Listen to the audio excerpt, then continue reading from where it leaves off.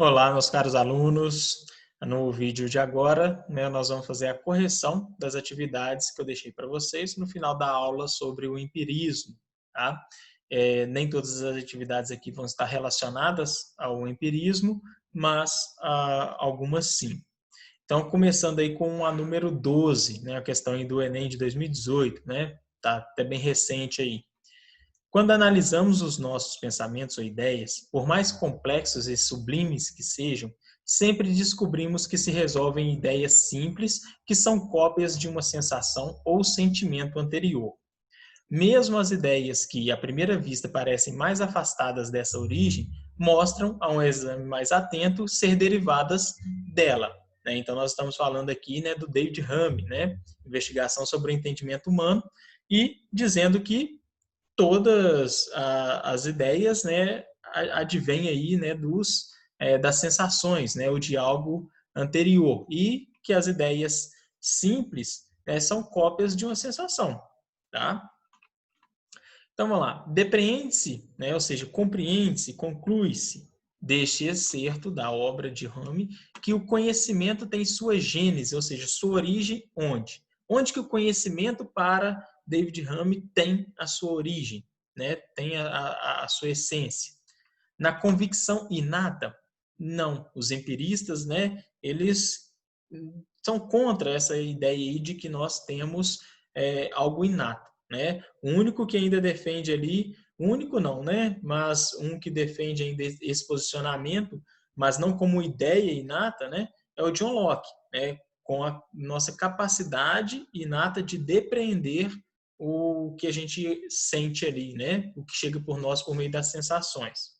Tá? Mas então não tem essa convicção aí de coisas inatas que já nascem com a gente. Na dimensão a priorística, também não. Ou seja, a dimensão de um conhecimento ali primeiro, antes das sensações, não. Elaboração do intelecto, também não, porque essa elaboração do intelecto, ela, para os empiristas, ela vem das sensações primeiro. Tá? Percepção dos sentidos?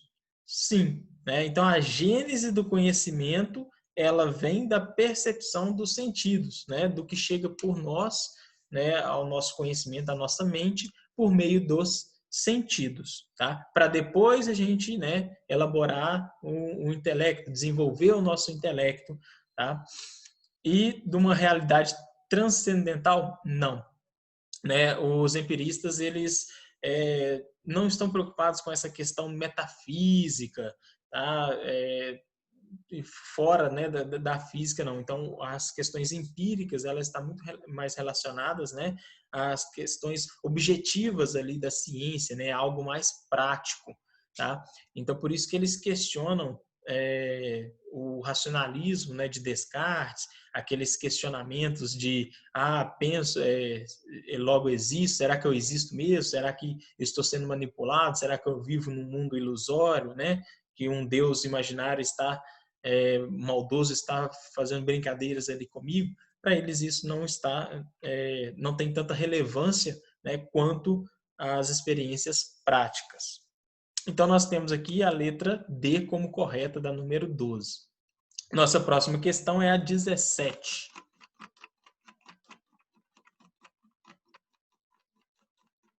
Questão 17, uma questão aí do Enem, sua segunda aplicação de 2016. Pode-se admitir que a experiência passada dá somente uma informação direta e segura sobre determinados objetos em determinados períodos do tempo, dos quais ela teve conhecimento. Todavia, é esta a principal questão sobre a qual gostaria de insistir.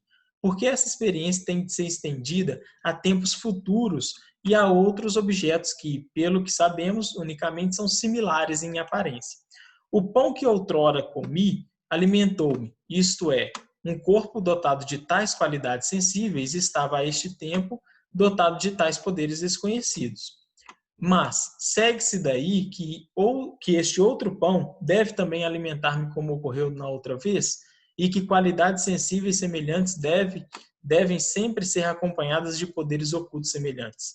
A consequência não parece de nenhum modo necessária.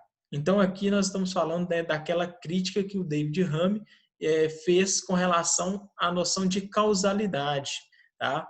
Que a gente não pode estender essa noção a algo do futuro, né? A algo que ainda não aconteceu, que a gente ainda não experimentou, né? Então, se no momento o pão me alimentou, né, né, fiquei satisfeito com aquele alimento ali, eu não posso dizer que se eu comer um outro pão no outro dia, ele vai me alimentar da mesma forma, porque eu ainda não experimentei aquilo. Tá? Então, não posso estender essas experiências, né, a algo futuro que ainda não aconteceu. Essas experiências estão relacionadas a eventos, né, do passado. Tá? Então, essa é a crítica aí, né, do David Hume a essa noção de causalidade. E isso ele vai dizer que está fundamentada no hábito, né? Na nossa crença do hábito, da repetição. Tá? Então, vamos ver aqui. O problema descrito no texto tem como consequência a universabilidade do conjunto das proposições, né, de observação? Não. Né? Normatividade das teorias científicas que se valem da experiência? Também não, tá? Porque aqui ele não está falando, né, de uma normatividade, tá? Que se vai dessas experiências aí, não. Ele está fazendo exatamente essa crítica, né, de uma limitação do conhecimento das ciências naturais, né, por conta que elas se valem ali da experiência, né? Então, por meio ali na crença da repetição, né, do hábito, eles, né, chegam a teorias científicas, mas elas não são normativas. E a letra C, dificuldade de se fundamentar as leis científicas em bases empíricas. Sim, né, ele vai fazer essa crítica aí com relação às ciências, né, naturais, né, de que elas têm essa dificuldade, né, de se basear em coisas empíricas, porque teria que ser um processo praticamente infinito, porque a gente não pode dizer, né, algo do futuro. Então, se até o momento fez-se dezenas de testes, milhares de testes, e todos deram positivo para algum resultado ali, eu não posso garantir que o próximo teste vai dar positivo também, né? Então, é algo como se fosse infinito. Então, nós temos uma dificuldade, né, de fundamentar as leis científicas em bases empíricas, tá? Então, esse era a crítica aqui, né, de David Hume, né? E por isso que ele era chamado ali de empirista radical, tá? Que ele não aceitava que um número extenso ali de testes, por exemplo, pudesse garantir resultados ali satisfatórios, né? Ele até reconhecia, mas ele falava que não era suficiente, tá? Que a gente não poderia utilizar isso como verdade absoluta, tá? Então, a resposta correta aqui é a letra C. Letra D, inviabilidade de se considerar a experiência na construção, né, da ciência. Não, né, é claro que ele considera isso, né, a experiência está na fonte aqui, né, de todo conhecimento, né, científico, perceptivo, emotivo, né, de cada um de nós. Correspondência entre afirmações singulares e afirmações universais. Não, né? Também não. Que partindo ali de percepções individuais para algo mais genérico. Não, eu percebo o mundo ali de uma forma diferente de vocês. Né? É a nossa capacidade reflexiva ali, né, de aprender os sentidos. Tá? Algo que John Locke trabalhou, né, melhor nessa questão aí. Tá? Então, não é isso que ele está fazendo a crítica ali com o seu texto, não. O texto ele fala, né, dessas questões futuras. Resposta correta, letra C. Próxima questão, 22.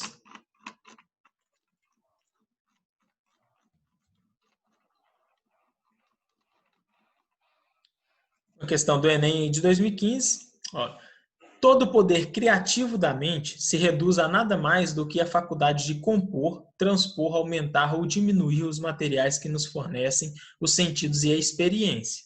Tá? Então, olha só, por meio da experiência, né, nós compomos ideias simples, ideias complexas. Né? Então, tudo aquilo que é fornecido a nós por meio dos sentidos, por meio da experiência.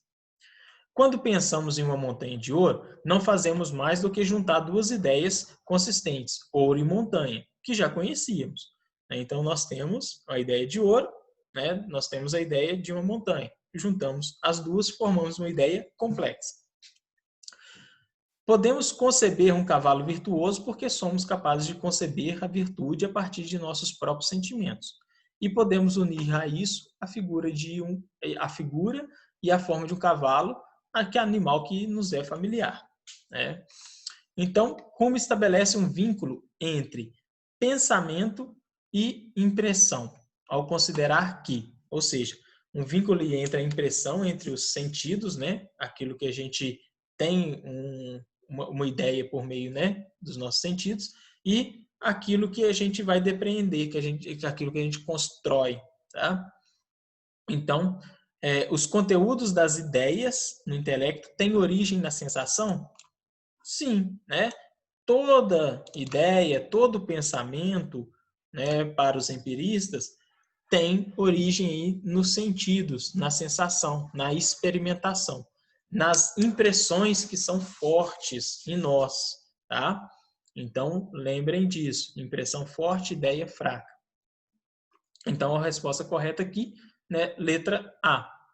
Vamos seguir aqui, ó. B. O espírito é capaz de classificar os dados da percepção sensível?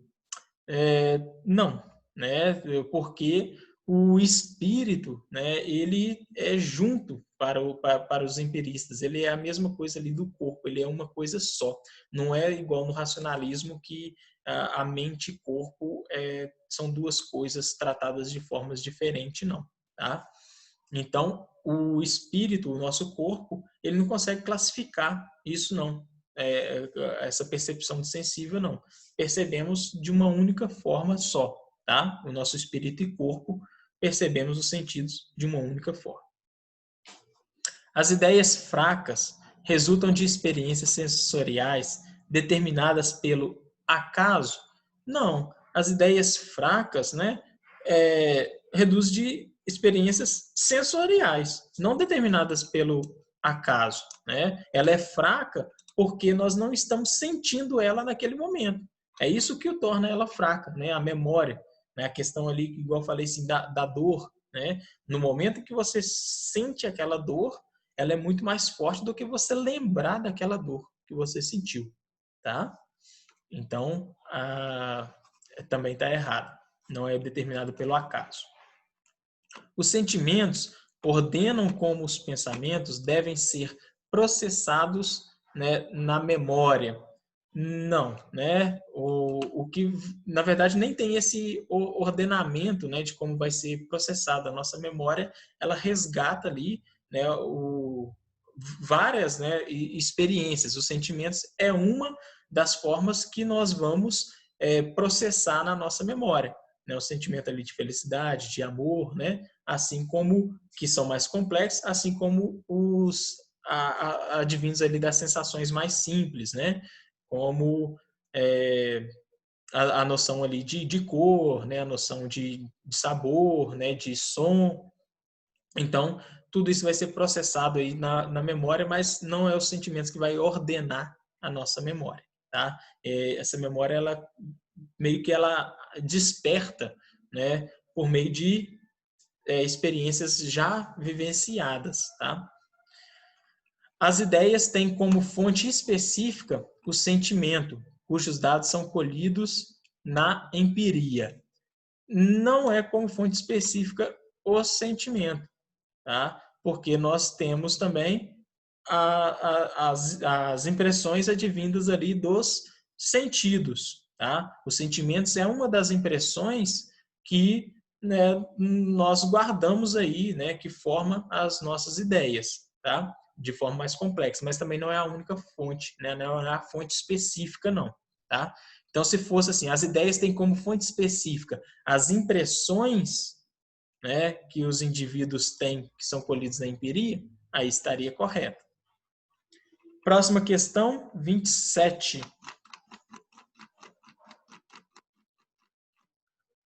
Bom, essa questão aqui do Enem de 2013 não tem relação com o empirismo, tá? Mas está falando sobre o pensamento científico ali, né, moderno.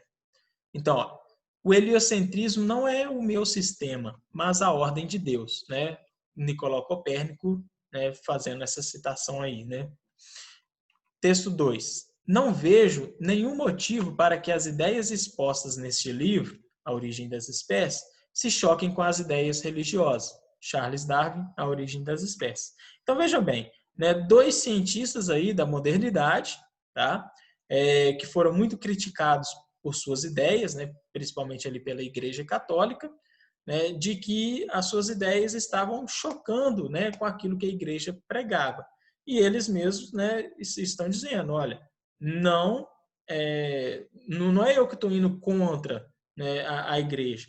Tá assim, o mundo é assim, né? Então, se o mundo é assim, é porque Deus quis, né? A Igreja deveria aceitar isso, né? Deveria concordar com isso, né? E não persegui-los, tá? Então, vamos lá. Os textos expressam a visão de dois pensadores, Copérnico e Darwin, sobre a questão religiosa e suas relações com a ciência, no contexto histórico de construção e consolidação da modernidade. A comparação entre essas visões expressa, respectivamente, a articulação entre ciência e fé.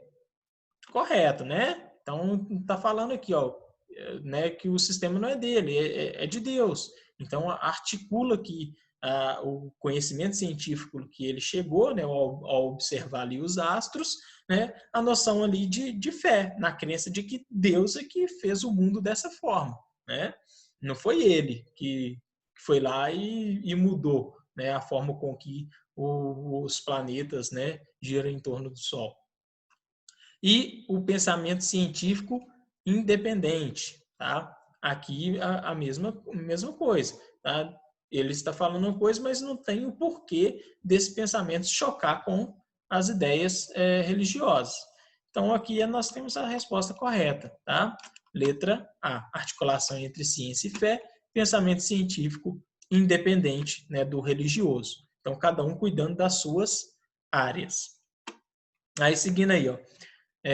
B, o poder secular acima do poder religioso, né? Ou seja, o poder terreno ali, né, científico, está acima do poder religioso? Não. Eles veem um equilíbrio, que as duas coisas podem coexistir, tá? A gente já até viu ali, né, em Santo Agostinho, São Tomás de Aquino, que os seus pensamentos, né, eles trazem a ideia de que podem existir cientistas religiosos, né? Não é porque você é um cientista que você tem que ser ateu, tá? Defesa dos dogmas católicos, de certa forma, defende, né, que a igreja pode continuar tendo seus dogmas, né, desde que não confronte com a ciência. Né? Então, não dá para defender os dogmas católicos dizendo ali que o mundo é como a igreja pregava que era. C. Ciência como área autônoma do saber. Ok, né? Razão, que é a mesma coisa aqui do pensamento científico independente. Razão humana submetida à fé. Não há uma submissão à fé. Há um equilíbrio, né? Ou então, às vezes, até um pouquinho maior aí a razão humana. Né? Mas, no mínimo, haveria um equilíbrio e não uma submissão. Moral católica acima da protestante. Em nenhum momento aqui está discutindo, né, a religião, em que ponto elas se diferem, né? Uma está mais certa do que a outra, né? E subordinação da ciência à religião. Então, mais uma vez aqui, né, quase que a mesma coisa daqui, ó, razão humana e submetida à fé. Ciência ligada à razão humana e fé ligada à religião. Não há essa subordinação. Autonomia do pensamento religioso, fomento à fé por meio da ciência. Não, a ciência ela não tem, né, o objetivo de propagar a fé, né? Ela tem o objetivo ali de chegar a conclusões científicas, né, por meio de experiências, por meio de estudos, tá? Não está ali para fazer com que as pessoas passem a acreditar em determinados dogmas ou não. E para a gente finalizar, questão 28. aqui na 27 a resposta correta é a letra A. Questão aí do Enem de 2013. Fazendo referência, essa questão aqui fazendo referência, né, à aula sobre Descartes, sobre racionalismo. Há já de algum tempo eu me apercebi de que, desde meus primeiros anos, recebera muitas falsas opiniões como verdadeiras, e de que aquilo que depois eu fundei, em princípios tão mal assegurados, não podia ser senão muito duvidoso e incerto. Era necessário tentar seriamente, uma vez em minha vida, desfazer-me de todas as opiniões a que até então dera crédito, e começar tudo novamente a fim de estabelecer um saber firme e inabalável, né? A ideia ali de Descartes, né, de questionar tudo, né, de colocar tudo à prova, né, da dúvida, né? Ou seja, destruir aquelas bases sólidas, né, que tinha chegado até a modernidade ali, né, para ele, todo conhecimento, questionar aquilo, inclusive a sua própria realidade, a sua própria existência, né, para criar um novo método, né, que fosse firme e inabalável, né? O primeiro que ele chegou foi a de que, enquanto ele está pensando, ele existe. Texto 2. É de caráter radical do que se procura que exige a radicalização do próprio processo de busca. Se todo o espaço for ocupado pela dúvida, qualquer certeza que aparecer a partir daí terá sido, de alguma forma, gerada pela própria dúvida, e não será seguramente nenhuma daquelas que foram anteriormente varridas por essa mesma dúvida. Então, assim, mesmo quando a gente está duvidando da nossa própria existência, né, nós estamos colocando em xeque aquela própria dúvida, né? Então, o pensamento, a frase clássica de Descartes, né? Penso, logo existo. A exposição e a análise do projeto cartesiano indicam que, para viabilizar a reconstrução radical do conhecimento, deve-se a. Retomar o método da tradição para edificar a ciência como legitimidade? Não, né? Ele quer destruir, né, esse método científico tradicional e construir algo novo, né, algo que fosse realmente sólido. B. Questionar de forma ampla e profunda as antigas ideias e concepções? Isso que ele quer, né? Questionar toda aquela estrutura, destruir aquelas bases sólidas até então para, né, construir algo novo. Então, a dúvida, o questionamento é o princípio para o conhecimento aqui, para Descartes. Resposta correta, letra B. Tá? Só continuando aí. Investigar os conteúdos da consciência dos homens menos esclarecidos.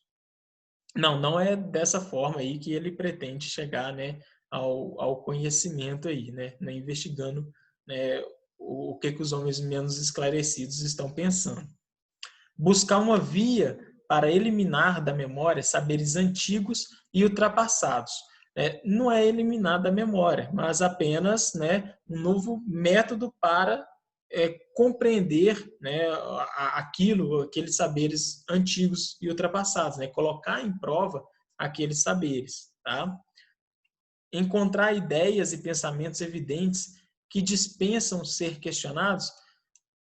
Não, né? Porque ele vai estar sempre questionando, né? Questiona tudo. Então, não vai dispensar ser questionado. Nenhuma ideia, nenhum pensamento, né, ele pode deixar de ser questionado, tá? Segundo aí o Descartes. Então, com isso, a gente encerra aí a nossa correção, tá? Se ficou alguma dúvida aí, terei o maior prazer em estar explicando para vocês, né? Da gente estar batendo um papo, dialogando aí, né? E às vezes até chegando em outras ideias, outros exemplos aí para o melhor entendimento. Então, basta vocês aí me procurarem que eu estarei à disposição para aprofundar aí nesse conteúdo, tá bom? Então, um grande abraço aí a todos vocês, um bom descanso aí no nosso recesso. Voltamos aí em agosto.